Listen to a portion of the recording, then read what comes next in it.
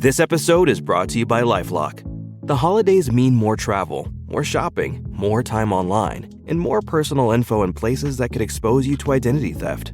That's why LifeLock monitors millions of data points every second. If your identity is stolen, their US-based restoration specialist will fix it, guaranteed or your money back. Get more holiday fun and less holiday worry with LifeLock. Save up to 40% your first year. Visit LifeLock.com/podcast. Terms apply.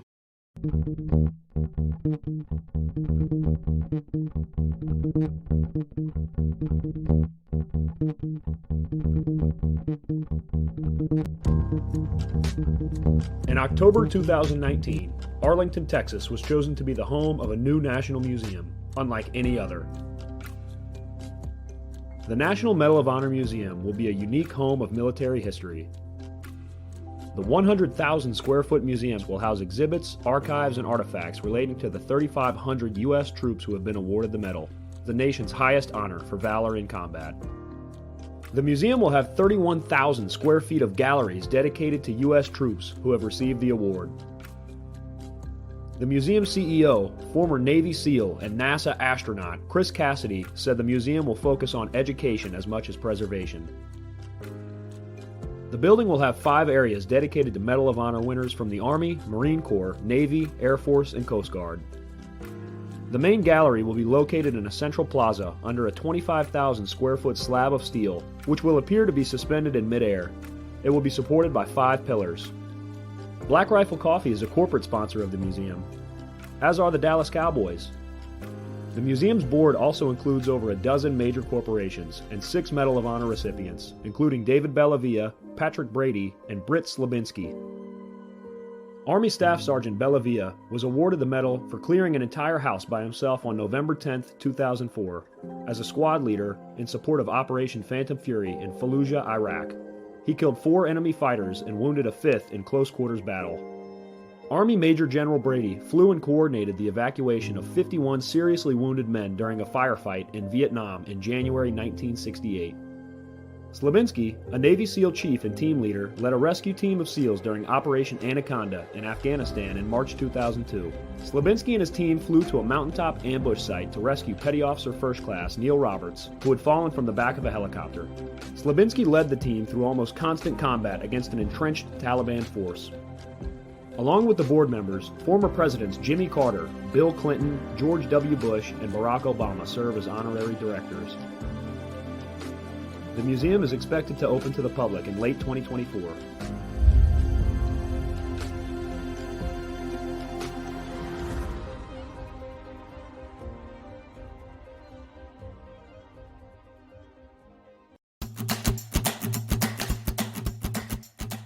This message is from the U.S. Department of Veterans Affairs. Did you serve in the military? If so, you can obtain a free lifetime pass to more than 2,000 federal recreation sites. These sites are located across more than 400 million acres of public lands, including national parks, wildlife refuges, and forests. The lands host activities to fit any lifestyle: hiking, biking, fishing, camping, and much more. Gold Star families are also eligible for these free lifetime passes. Plus, they cover entrance fees for a driver and all passengers in a car, or up to 3 additional adults at sites that charge per person. Obtaining one is easy. Just go to the National Park Service website, nps.gov, or the National Park Service app.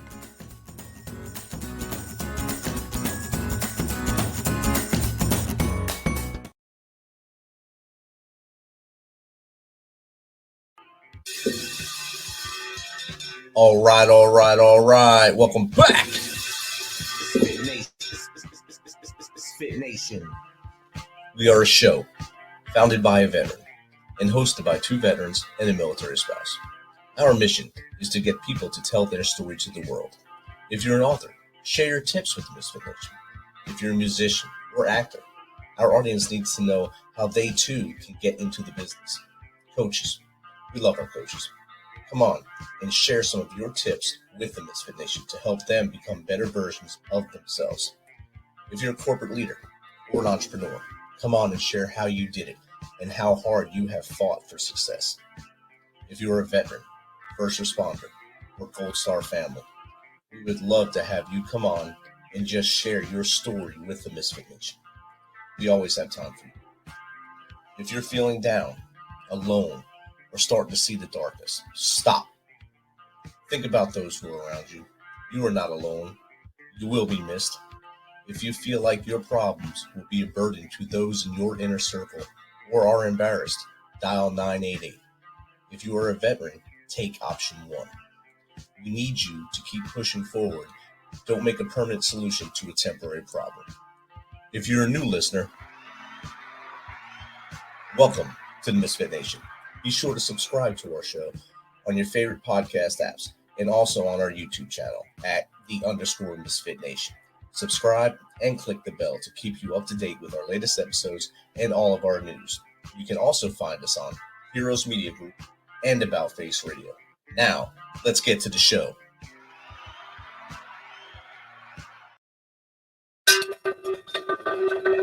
All right. Welcome back to the Misfit Nation. I know you got things you could be doing, like watching the Buffalo Bills and the Kansas City Chiefs play right now in the snow in Buffalo.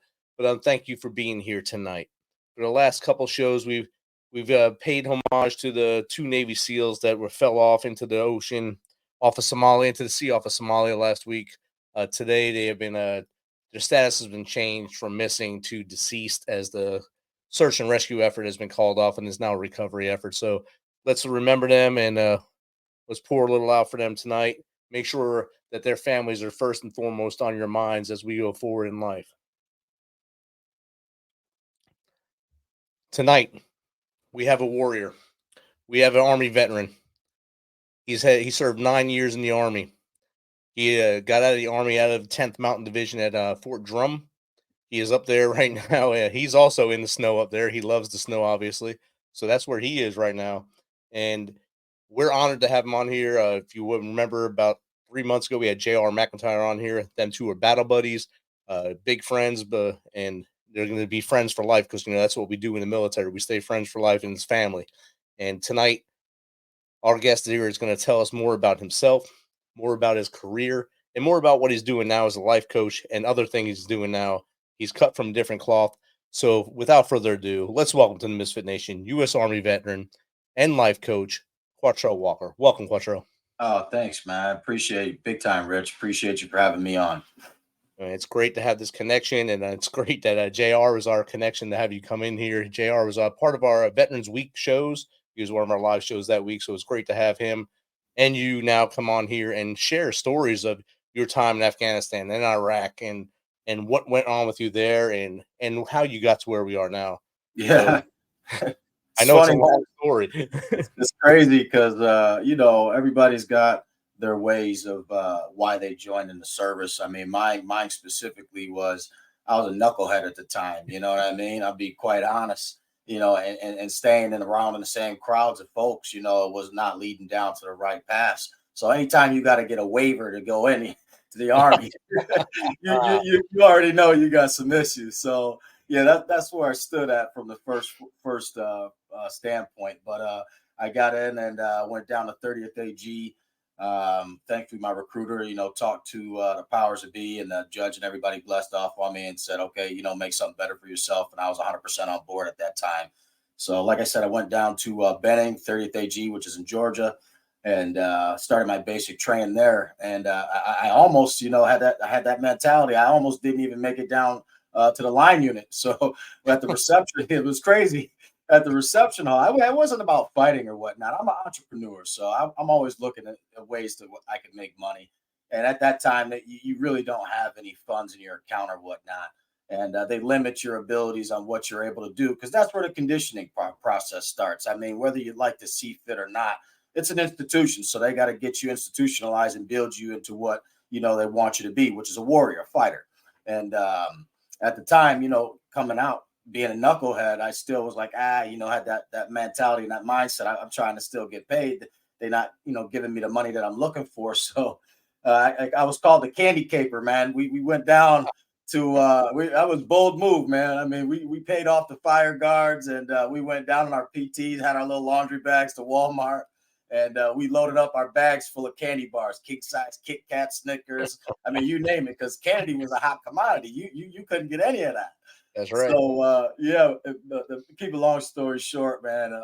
The word got out. People got a little salty in the Bay, pretty much, because they knew what time it was. And here come the instructors come over. Next thing you know, I'm standing in front of the red carpet, talking to the captain. And he's like, "What are you guys doing?" So he kind of laid it out. He's like, you guys are here to make a change. And I was like, all right, it's time. So, to get right on the get right program. And from there on afterwards, man, I went down to line unit. I was already an athlete. So, I mean, PT wasn't a thing. I mean, you can't really smoke a rock, And you so can, but not legally. I was conditioned, so I didn't have a problem with it, And I came out to be platoon leader, and lo and behold, I had real good test scores, extended PT scale, all that good stuff, expert shooter, all that kind of good stuff, and I was selected. We all after graduation, pretty much before graduation, actually. We had the old guard come down, 3rd U.S. Infantry, and those guys came down and they did interviews with us all, and I got selected. So, got selected to go to the ceremonial escort to the president. I mean, 30th AG is creme de la creme. I mean, I didn't even consider it like a real job at the time, what we were doing, But that's when things really started to open my eyes to what the Army could be. At the time, I worked at Quezon platoon with horses for I'd say 2.5 years or so. Fixed and fabricated all the leather, textiles, and harnesses. So everything that they had for Bush's inauguration at that time and that duration, we basically made by hand for all those horses. So it was a really great experience. That led me down the pipeline after they recycled the soldiers. So after that, I went down to Germany. So I was at Schweinfurt, 17 FA. And as soon as we got there, basically, we were already ready to go. They were like, yeah, DCUs, you guys got to get your DCUs. So once they start talking that, you're like, oh, man, here we go. It's legit. We going to play in the sandbox. So a young kid at the time, not playing, games on Nintendo or PlayStation or whatnot. It's real life now, So you get that little gut feeling, real gut check, and then you surround yourself with your brothers that that's feeling the same type of emotions and things, and you work yourself through it. So at the time, we when we were down there, this is 2004, 2005, we were securing elections. That was one of the big things that we did. They for the people down there is to let them have a right to say to vote.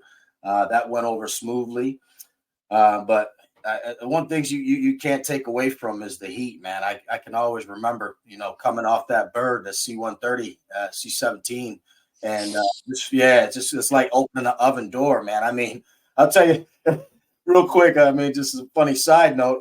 I mean, guys that were looking to get chaptered out of the Army because they were overweight, man, you gave those guys 2 weeks with all that IBE gear on the back, rucksack and everything. The boys dropped weight real quick. They came back a different man. So it was real interesting, man. But the feats of war, I mean, you go through a lot of stuff, man. So I mean, every day or every other day, we had something going on. At the time, they were starting to ramp up, V beds. I mean, the IEDs were there, but EOD was doing their job, so they ramped everything up for the vehicle-borne IEDs, and that's when things started really getting hairy, scary. Because that's nothing really to play with. I mean, once something happens like that, you might not come back. Fortunately for me, our convoy was hit with an IED, and I just don't think that they planted it in the ground properly.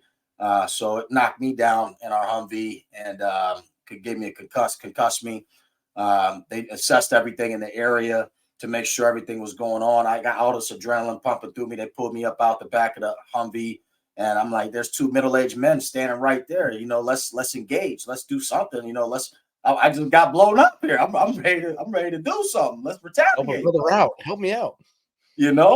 And but Geneva Conventions, man, we weren't able to really do anything. So I mean, that's the laws apply, and the rules engagement of war. I mean, there's still things that you have to do but we really couldn't do. But when it came time for mission, and you know how vehicles are coming up in your convoy, if we're going to convoy speed and we have vehicles come in, we would go ahead and shoot the 50 and let them know, hey, you need to back up. So I mean, it was a lot of stuff that you get to see over there. I lost a lot of good friends over there, man. I mean, that's the hard part. I mean, you're talking young guys, man. Like, I'm 46. I mean, these guys 18 years old, never even got to really live a life. 19 years old. God rest Curtis Wooten, man. He's number one guy, man, with us, part of our crew, and it's just sad to see this, stuff happening the way things, happen. It's just to know that you're really, to be personally, I love the military, man, but to me, you are a pawn in the game, man. It's if you get a bigger picture and a light bulb comes on, you are just a moving piece that's there to do a job, and you're expendable. I mean, at the end of the day, you're expendable. So it's just sad to say it, but that's just the reality of it, It definitely is. And once we, I guess, come to terms with that, as you, I mean, you didn't get out after that first tour. You went again. You went back to Afghanistan. Right. You understood that automatically that I'm here because someone above us is doing this. Right. Puppet master, and 100%. I'm out there to do my job to make sure this guy over here to my right, this girl over here to my left, we're all coming home. Right. And I got to make sure my battle buddies come home, my sisters and brothers come home. It doesn't matter what they're doing, but it's in your head. We're doing this because some dude or dudette is making a policy change based on X or based on Y. Yeah. And it doesn't matter to us in our hearts or in our heads. It matters to us who's right next to us. And that's all that matters once we go outside the wire. And I think you understood that after you got blown up, you injured your lower back, L5, S1, right? That's some bad stuff right there, because if either one of those go fully gone, you're not walking no more. At all. And you're in a wheelchair, and you're going home in a wheelchair, and then now your family holds that burden. Right. So you have that in your head as well. So damn, I'm hurt, but I'm a hard head, because at that time you're a young man, you're an old guy now. I mean, you're an old hat now. I'm not gonna say old man, you're an old hat now, but you're a young dude right there. I'm not gonna quit now. This is just a Band-Aid. I can put a Band-Aid on it and keep moving. And a lot of people understand that that's what we all do. We put that Band-Aid on and we keep moving. Just take a Motrin, you'll be all right. Motrin and Benadryl. You're good. Motrin and Benadryl. Yeah, but I mean, at the time, it's just a great experience, man. I mean, working with the people, I mean, those people are so nice, man. You just get a newfound perspective on what you have here in the States versus what these people have over in third world countries, man. I mean, because literally it's nothing, man. I mean, it's real sad. It's really eye-opening, it makes you really appreciate what we have in the States, honestly. So I mean, at the time of the administration, when we were there, we didn't have any up armor. So we're sandbagging our vehicles down. Here we are putting daggone steel plates on everything. I mean, we're trying to do anything and everything we can do, because these guys now are ramping up, their attacks. So it's crazy what we were doing. We called it ghetto armor. I was with Big Red One. We called everything ghetto armor.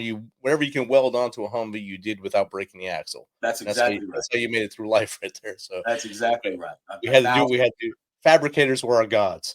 Yes. Oh, everybody was in the motor pool trying to fab up. Figure something new out besides a Kevlar blanket that wasn't working. That point. Yeah. So I mean, I took myself I got out of there, and I said, well, I'm going to go home, to the closest base, which was Fort Drum. And when I actually got over to Drum, no to my surprise, I mean, they're like, hey, guess what? We're going to Afghanistan. So I'm like, okay, time out for a second. Give me a time out. I said, there's such thing as dwell time, okay?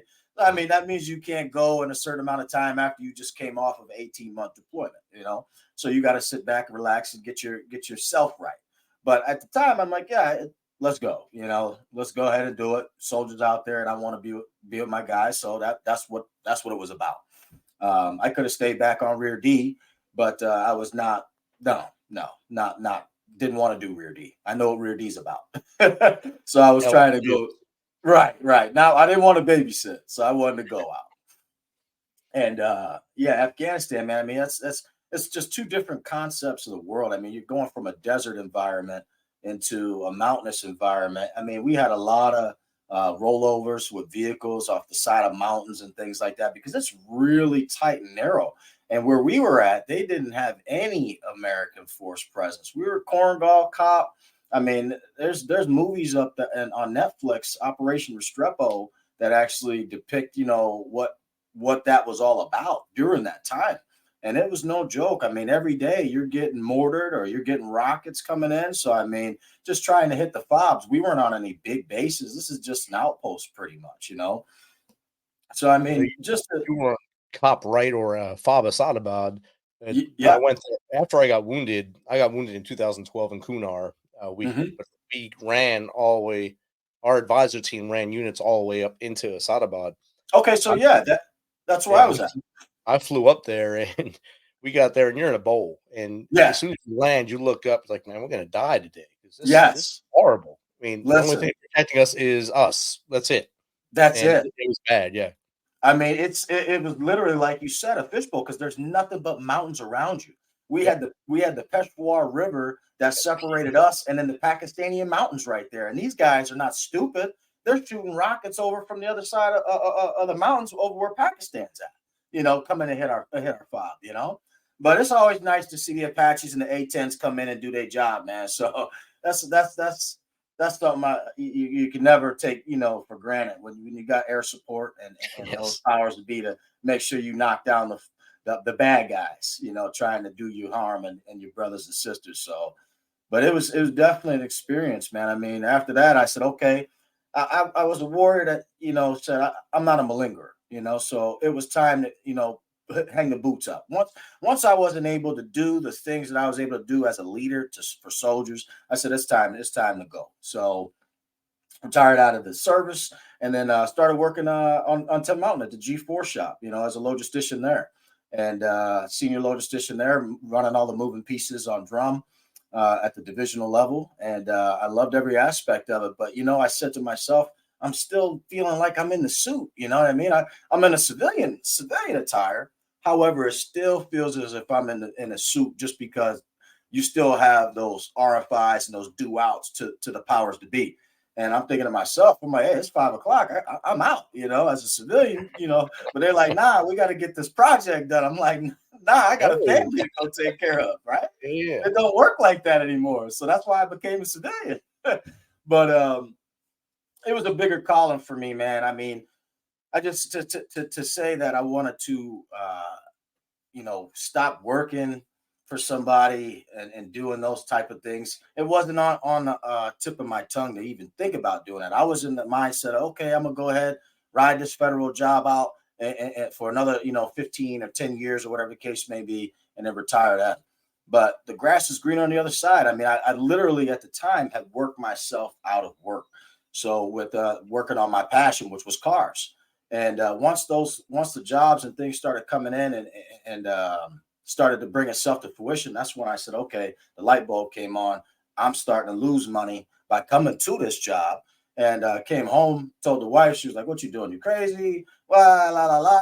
But the only person that's going to believe in you is yourself. And I already saw what was the writing on the wall would be. And from this day on, I mean, we talking 10 years later, we still up and running. So within that time period, I had taught and coached and mentored 4 different individuals. And each one of those guys right now, I mean, it's safe to say they're making 6 figures and they're doing well for themselves. I still chop it up and talk to them every day. For the most part, whenever they need something, they just call me up and I'll answer those questions. So that's when I said, okay, I might have to take this a step further and go into the leadership role and really start to dive into finding out people's passions in life. What's their true innate gift? What are they good at? Because we're all good at something. We just all cut from a different cloth. And that's where that came from. I mean, it's up to you to weave that cloth together and find your dream and build that quilt, build what you want out of it. So out of life. And once you're able to find that, there's no turning back. I mean, you doing the podcast show, you love doing what you're doing. You can see it. You know what I mean? It's not work for you. So once people are able to find out what it is they're truly gifted at and then put their time and devotion into what it is they're good at, man, it's game over. So I help people now try to find that success by holding classes and seminars and going over different things, even going and giving motivational speeches and talks, just like we chopping it up now, tell them a little bit about my life story so they can get some inspiration from that and build upon that. Definitely. I mean, you started out in New York, upstate New York, there, Rochester, in cold land there. I mean, I'm just south of there in Jersey City, New Jersey. We didn't get the snow like you did there, even though we're in the same northeastern region. You guys get hammered there, and we both leave. We wind up in the South, the deep South. You went to Benning, I went to Fort McClellan, Alabama. Totally different worlds. To go to basic training, AIT, then find our job, and then wind up in a country where the heat is just atrocious. It's I mean, you, like you said earlier, you get off the plane and you feel your lungs burn as soon as you get off the plane. Like, God, what did I do wrong? What did I do to get here? But then when you're out there in the valley, up in the Korengal Valley, and you look up and you see that A-10, you see they're doing God's work for you. Yes, they're doing God's work for you, and they're going to get you home. But then you were able to take that switch and say, look, I know I'm done, and I need to help others. Right. You went the logistician route, but you still loved cars. Right. I'm going to get in that world. I'm going to find my passion, find that happiness, and keep moving forward. And like you said, that's what we need to do. Find what makes us tick. Find what makes us happy. Find that purpose in life. And that's going to help us, and help us help others. That's right. 100%, man. A lot of things that I believe, honestly, is that people get, distracted. It's called complacency, man. Once you fall into complacency of the just over broke mentality of getting that check at Friday, everything is gone for you. You just put all your dreams aside because that salary that they paying you for, that it's slave wages. You know what I mean? You got to break that chain of being enslaved and actually do what you want to do. I'm telling it like it is, because that's 100% realism. I mean, people are like, oh, you can't say that. Well, it's the truth. I mean, honestly, you just put your value at $60K for what they're going to pay you for your salary at, but you're worth way more than that if you just dig deep into yourself and find out what it is that you're gifted at. Because there's a marketplace in this world for everything and anything. Look how many people we have, 5 billion people, something like that, 6-7 billion people on the planet. Listen, I'm not trying to cater to everybody, nor do I need to cater to everybody. I'm not in the business for everybody. But that small percentage, that half a fraction, I don't need a full percent out of 5 to 6 billion people. You just give me a half a fraction of that, and I'm Gucci all day. That's it. That's all you need. 100%. And I tell people all the time with this show, you said I have the passion for it. I love doing this show. I love meeting new people like yourself, Quatrell. It's great to have you on here. But if me and you chatting here affects one person, affects one dude, one dudette, and makes their day tomorrow better, me and you were just successful. Because we just saved somebody from doing something they should not be doing. Yes. I mean, the biggest thing I like to take away is procrastination. Like, if the thing is that you got to do something that you always had in the back of your mind of wanting to do it, then just shift yourself 1 degree. Listen, if you change 1 degree each day by changing that habit, bro, you're going to look at yourself in a year and see a whole new different person. You're going to start welcoming new things into your life that were not once before. So, I mean, you just got to be able to make the change, the habit. I mean, not a resolution of going to the gym, at New Year's, I'm going to do this and do that. And then 2-3 weeks later, life happens. You come up with excuses to why your ass ain't going to the gym no more. Exactly. Okay. So you really need to get in the mindset and shift that thought process and dove yourself into what it is that you really want. I mean, a lot of people, if you write it down, man, write it down. The best thing to do is hold yourself accountable. Rich, how are you going to be able to hold others accountable if you're not accountable for what you're saying you're supposed to be doing? Okay. I mean, let's be real here. You look at yourself every day in the mirror, the man and the woman in the mirror, and you got to tell yourself, I am. I use those powerful words of I am going to be great today. I am beautiful. I am blessed. I am whatever it is that's in there. Say it out loud. Bring it to fruition off your tongue. So now you have to hold yourself accountable for those actions that you just spoke. Exactly. And you go back to the movie The Help. And the lady is telling the young girl to say what's important to her. I am important. I am beautiful. I am smart. And that exactly like you just said right now. You have to do that. You wake up in the morning. I tell my wife all the time, I wake up in the morning and I piss excellence. I wake up and I piss excellence. And then I put my pants on one leg at a time, just like everyone else in this world. There it is. No one's different. We all put our pants on one leg at a time and we run out that door. You stack those victories every day, and that's how we rock out. That's it, man. I mean, that's it. You can either start your day off great or you can start your day off bad.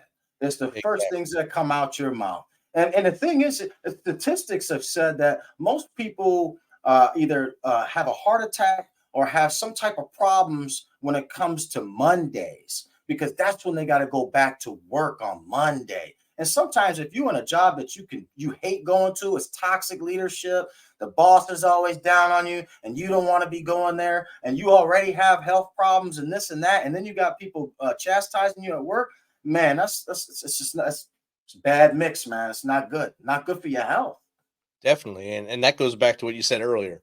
If you don't have a passion for what you're doing every day, it's going to eat at that heart. It's going to make you angry when you wake up in the morning. I don't want to have that discipline to get up.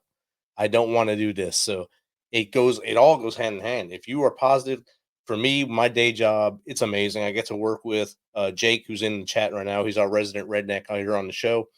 Me and him get out there and get trained soldiers every day. Every day we get to train soldiers, and that is amazing. But like you said earlier, we get to go home at night. We get to go home at night. We don't have to stay out there in the woods. We can go out there, train them, and come home at night and know that we affected this next generation. That helps us both exponentially. It just makes our days, our lives better. Yeah. The biggest impact right now, I think, is on the youth, man, nowadays. I mean, it's crazy, man. It's just, back in our times, we didn't have the cell phones and the things that we have nowadays is causing so much distraction. So, I mean, I think it's a real service to impact the youth and let them know how valuable they are and what they can actually add, their contributions. Just because they're, I'm talking in the age range of 16, 15, teenagers in that, age range, they still have great, valuable insights. But the problem is a lot of us don't want to listen to what they have to offer. You don't know anything at 16 or whatever. But instead of too young. There's no such thing, man. Let's just go. Instead of placing the stigma on them as being, okay, you're too young. Well, let's formulate a game plan.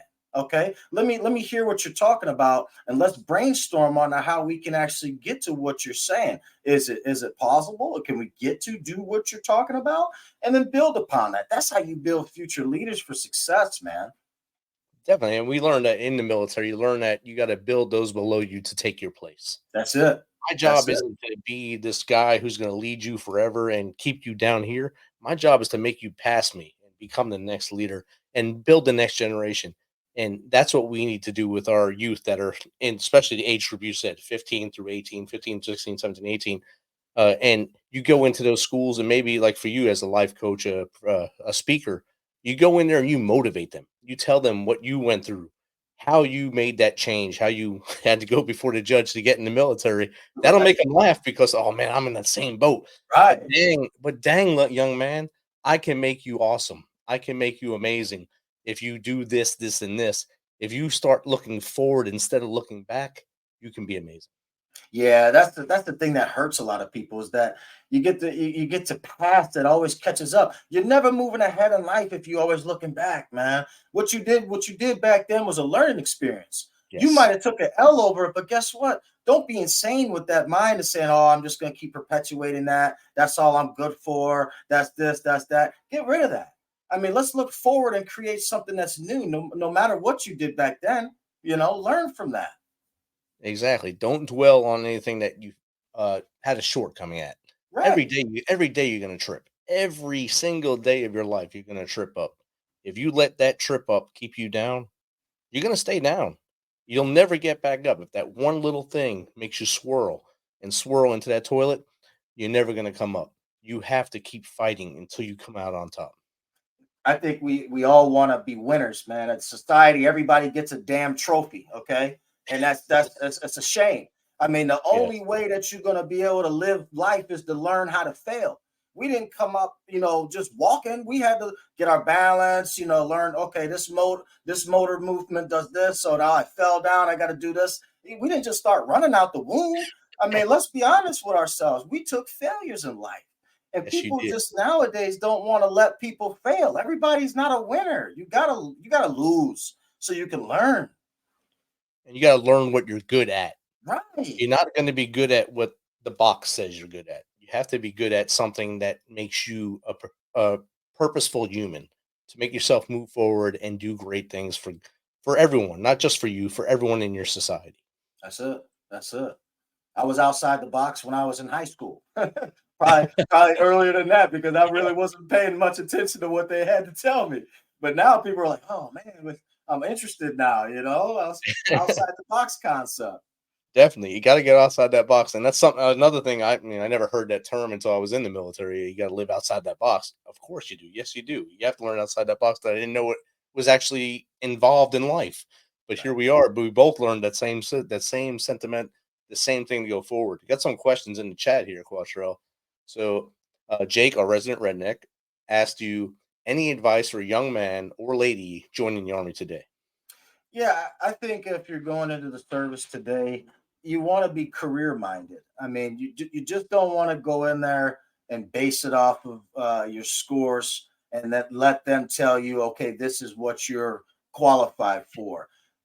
We all don't wear that suit forever. As much as you want to think that you're going to be wearing the uniform forever, there's going to be a time and a day that comes where you're going to have to get out. So when that time comes, you want to make sure that the skills you went into the Army for are transferable into the civilian sector. So therefore, it makes the process that much more easier for you to transition over, because now you have an outstanding resume that you can take to an HR rep if you're going in a service for HR. If you're going to be a logistician, so you can move pieces and parts for warehouses and major corporations or whatnot. So, I mean, just really look at it into what it is that you want to do for your profession in the military and with being outside of the military. So everything is easier for you. That's the best I can give to you. So you're not just running around and don't have a game plan. Sometimes I see these guys that are, mortarmen or EOD, and these guys that have these jobs in there, and then they get out and they're like, well, what can I do? It's a lot harder to find those type of jobs. They're not really out there the way that you may think. It's funny you mentioned EOD. Jake, our resident redneck, is a Hurt Locker veteran. He is an EOD guy. So he's right now rubbing his hair, because that's what EOD guys do. They have the perfect hair, beautiful. He's like, hey, he said EOD, that's awesome. That's true. That's the facts. Yes, it is. Christine Darrow, she asks, I get overwhelmed with work easily. What are some ways to prevent feeling overwhelmed? Any self-care tips that can help? I mean, to get yourself to be not overwhelmed, it's almost like anxiety. I mean, when you take on too much, that's when you feel that way. So I would limit what you have on your plate, and then focus and prioritize what's the most important thing that you should be taking care of. Maybe 3 or 5 things, if that. And then once those tasks are done, you can say, okay, let me move on to the next step. But you just don't want to encompass yourself with too much, because then that brings on stress. Then you start not liking the job. You start not, feeling, happy about what you're doing, because you got too much on your shoulders. I mean, you could also bring in outside help, someone else that could come in, teammates. Army, prior service guy, we always had a battle buddy, somebody that we could rely on or go to, if we ever needed help or some time in need. So you never want to be scared to reach out for help. I'm always ready to help people, man. That's what I love doing. Part of the military, part of my lifestyle, and especially teaching, coaching, and mentoring. So if you want to link up, we can definitely link up and talk a little bit more. Definitely. And don't ever let work overwhelm you. If work is overwhelming you and the pressure of work is getting to you, Christine, I suggest this, just a quick suggestion. You know what you are good at. You know what value you bring to an organization, to find the organization that values you and find your purpose and get there. And then you'll wake up every day and go to work and say, I'm not overwhelmed. I'm underwhelmed because they're not giving me enough to do for this organization. 1,000%. I agree. And sometimes it's not easy. I mean, especially for entrepreneurs. Everybody's situation is different. So when you're on the job, it's definitely different. But when you're an entrepreneur and you have to hold yourself accountable, I mean, you really got to dig deep in the trenches, to keep yourself motivated and say that you can. I can't's not a part of my vocabulary. So always say you can, and then find a solution to how you can get the problem solved and how you can get it done. Definitely, 100%. Find ways to make things better and do your best to do it. And don't become if you're overwhelmed, take a step back and look in. It's the only way you can make it through life. My brother asked on here, no question for you, Quatrell, but for me, how did the watermelon moonshine come out? The watermelon moonshine came out amazing, and it will be on the market here soon. Ooh, okay. Some side hustle shuffle right there. Yeah, Okay. I have a lot of side hustles going ever since COVID. COVID made me do a lot of things crazy. So I learned to flavor moonshine. I think I've been told I'm pretty good at it, and I try to stay with that. Hey, I cannot complain. Best one I had was some apple pie moonshine, boy. I tell you, woo. I can make that for you as well. Next time I come up that way to see my dad, I'll meet up with you about halfway there. I'm not going into the snow drifts, but I'll meet you up there. Get out of the snow belt. Huh? Yeah, I don't want to go all the way in the snow belt. Even though I got a Jeep, I don't want to go up in there with that and wind up stuck up there and not be able to get back here to beautiful God's country here in Tennessee. Yeah, it's funny you say New Jersey because I was down in Monmouth County. I used to live down in Long Branch for a little while when I was young, and we went from there, and then we went over to Freehold. Okay. Stayed in Freehold for a little while. My dad was Eastman Kodak, so Eastman's in Rochester, the headquarters. So then they moved him up there, being in the executive position, and here we are, still in Rochester. But Watertown for me. My mother's still alive and well. Sometimes I wish I was down a little further. My brother's in Maryland, so he's 6 to 8 hours. When I get the 2-hour phone call, hey, can you come fix this? Yeah, but it's all good. You got one mother, so you got to take care of her with many blessings. So I don't mind. Jake said, I am really good at moonshine making, so he's happy with that. And he also said that he sees me and him winding up near you at Fort Drum training this summer so we can hook up live and in person up there. Yeah, 1,000%, man. That'd be awesome. I mean, like-minded individuals, especially in the crafts that we're in the industry, for sure, man. I love it. That's outstanding. So Q, we've talked about a lot of stuff of your life, your career.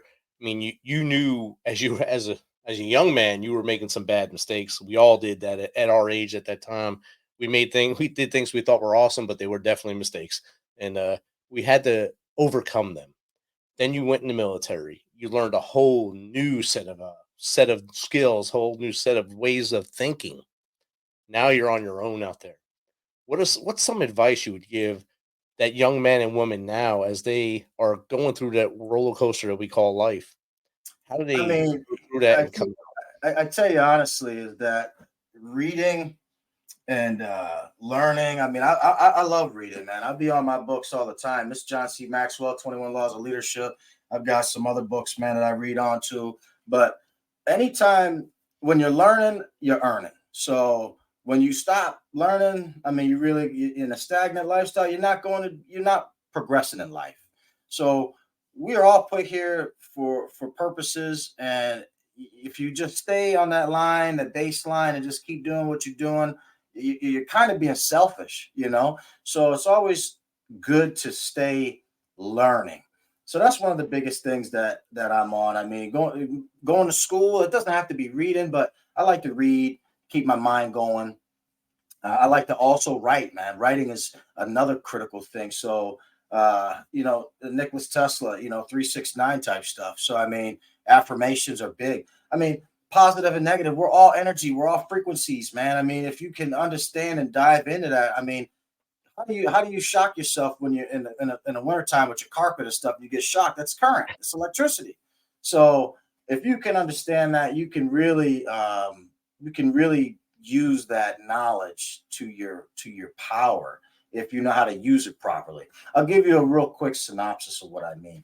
When you talk about somebody and you're like, hey, Rob, remember old Johnny back in the day, blah, blah, blah, boopity bop, and you guys are just chopping it up about Johnny. Well, lo and behold, that frequency is already in the universe. It's the law, it's the code, whether it's positive or negative. Johnny's going to either hit you up on Facebook or whatever it may be, or you might even just bump into him. So how does that even happen? You know, and then you get in the conversation with Johnny. Oh, I was just talking about you last week with so-and-so, with Rob, blah, blah, blah, you know, and then now you made that instant connection. Well, you already spoke it out into the universe. So that's why I always say, man, try to keep positive, man, and never talk negative about people. Always try to keep, you know, positive thoughts and reaffirm yourself that you are great, man. You got big things to do. You know, that's life. We here to learn. Every day is a life learned lesson. Yes, 100%. You are important. Remember that every day when you wake up in the morning, look in that mirror and say, "I am important," and that'll help you get through that day so much better. No matter what the Joneses are saying outside there, or whoever to your right and left is saying some craziness, you are important, and that's what matters. If you can keep that in your head, your feet will keep moving forward, and you'll stay with the light and stay out of the darkness. It's easy, Rich. I'm gonna tell you, it's real easy to get caught up because every time you turn the TV on, it's always negative. I mean, you look at the news, it's negative, always negative frequency, negative vibes. I never watched the news because there's no good news on. I mean, maybe at the last, you know, minute they'll be like, oh, well, so and so was saved from whatever, you know what I mean? But the whole rest of the damn news was bad. Yes. I try to stay off the negative side, man. I mean, just what you ingest every day. If you're around, look at the circle of people you're around. If you got a negative nanny and they always bitching and complaining about something, like distance yourself from that because that's gonna rub off on you, but you might not even know, but it is. It'll rub off on you one ways or another. It's gonna come to you, you know. So disassociate yourself with people that are not looking for excellence, people that are not looking to, you know, to be successful. You know, you don't need to be, oh man, I went over and heard about so-and-so and Susie. And that's I'll tell you real quick, that's one of the big things is that getting out of that job. Because you see yourself around the coffee machine, people talk about their weekend, and now you got to listen to Billy Bob's girlfriend cheating on him or whatever the case may be. I don't care about that. I'm not the shrink. I'm just coming to do my job, you know? Keep that negative stuff to yourself, but it's easy for us to focus on negative instead of looking at yourself and talking about positive. Look at yourself in the mirror and say something positive. Can you say 5 good positive things about yourself? It's easier for you to come up with something that's negative. Or I'm not good at this. Well, I know I'm not good at that. Well, I know I can't write cursive, you know? Many can't write cursive right now, so it's not even That's taught anymore. Yeah, I don't think it's even taught anymore. But no. You hit the nail on the head there. Watching the news will destroy you, and it'll not just destroy you, but it'll destroy relationships you have because it's telling you what to think. If you watch the talking heads and they're letting them decide what you think, you will not be a happy person. You will not be happy. You'll just listen to what they say, and that's truth to you because that's all you watch. I went home to New Jersey right before Christmas, and my dad watches the news religiously because he's 83 years old. That's what he does. He watches the news. He watches The Price is Right and all the crap shows during the day. And I sit there with him, and I don't understand why he's watching, and I try to blank it out, and I hear it. I'm like, and I'm getting angry. So I walk out, and I get a drink of water, and I come back in. He's still watching, and he's getting angry at it.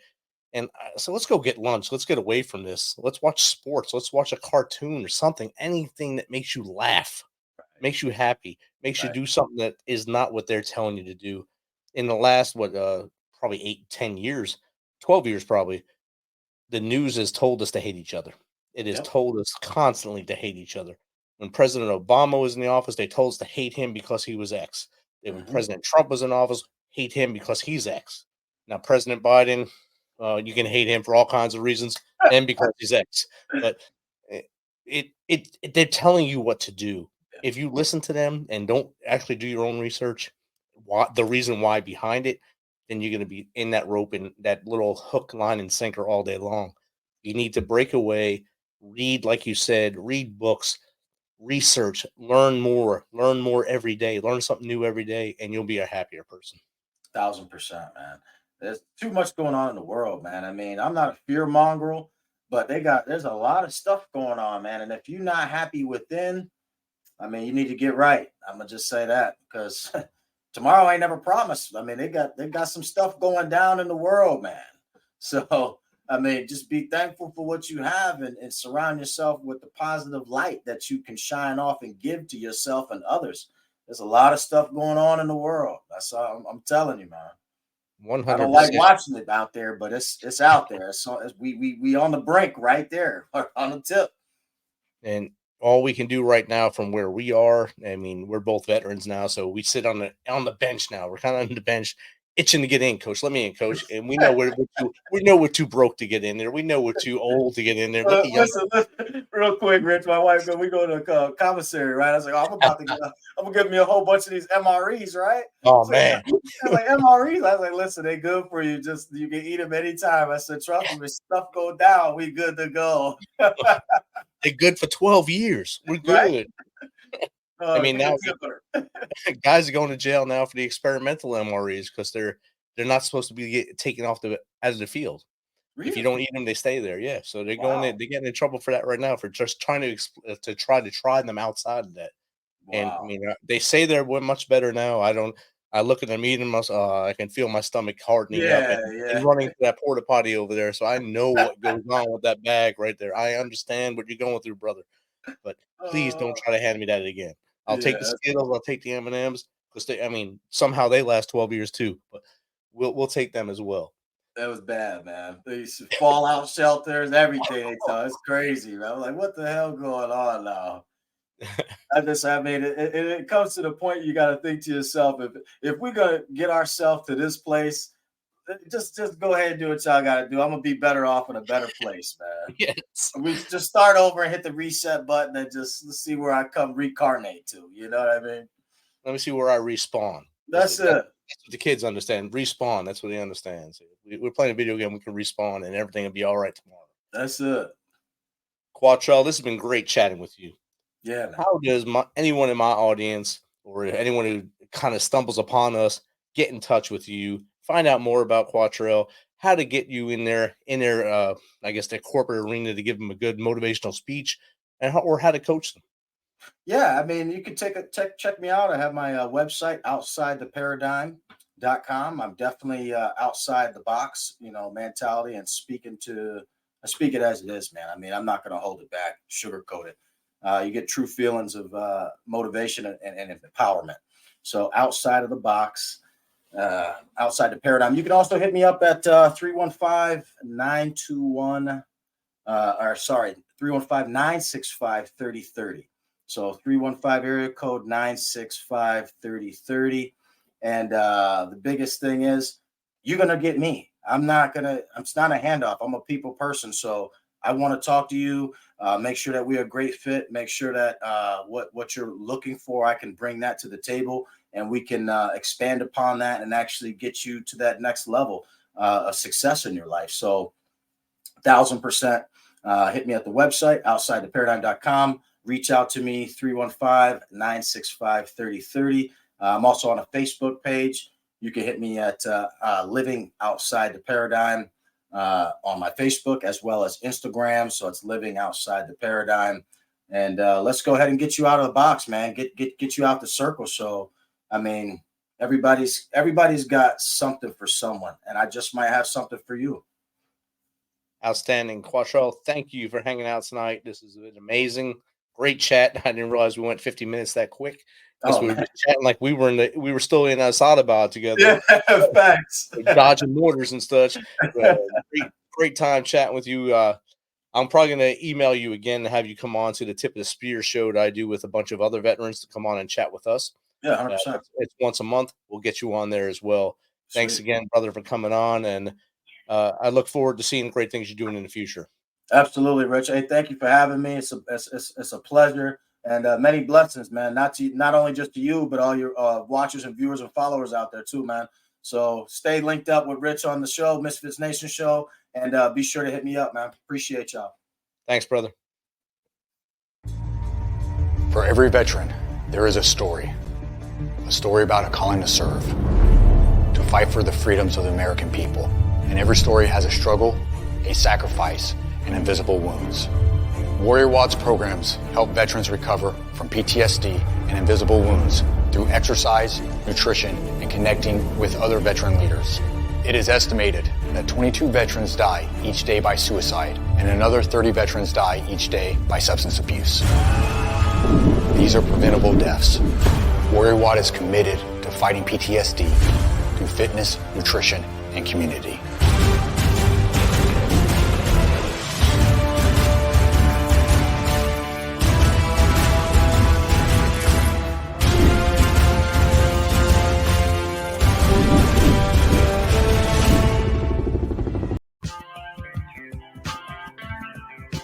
Thanks for checking us out and being a part of the Misfit Nation.